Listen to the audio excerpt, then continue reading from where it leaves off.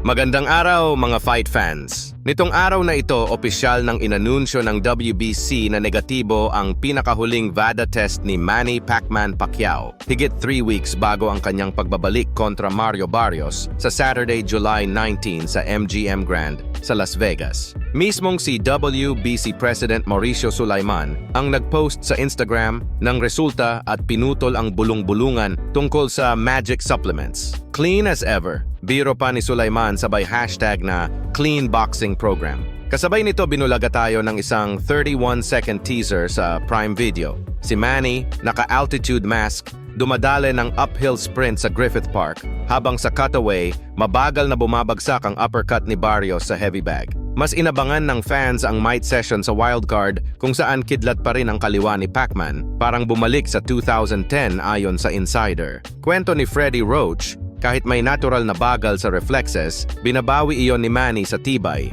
2 hiwalay na sparring tuwing araw, 6 rounds bawat session. Dahil maaga at malinaw ang VADA results, inaprubahan ng Nevada Commission ang isang fan-friendly open workout sa Los Angeles Civic Center sa Tuesday, July 8.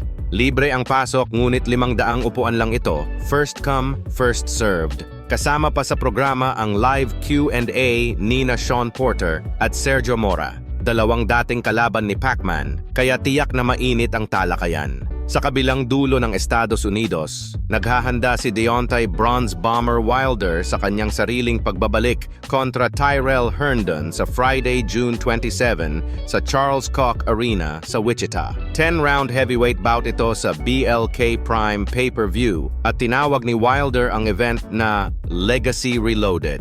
Sa weekend interview, direkta niyang sinabihan si Jarrell Big Baby Miller na maghanda na dahil pagkatapos kay Herndon ay siya naman daw ang susunod, matapang na pahayag mula sa boksingerong may 3 straight knockout losses at sabik na bumangon. Balik tayo sa welterweight spotlight. Para kay Barrios, na 30 years old na may record na 29 wins, 2 defeats at 18 knockouts, ang labang ito ang tunay na measuring stick ng kanyang titulo. Pero sa poll ng Premier Boxing Champions, mahigit 55% ng fans ang naniniwalang maipapakita pa ni Manny ang vintage 8-punch combo at tatapusin ang laban bago matapos ang round 10. Kung mangyari iyon, siya ang magiging pinakamatandang WBC welterweight champion sa kasaysayan at siguradong uusbong ang usap-usapan tungkol sa isang farewell title defense dito mismo sa Pilipinas.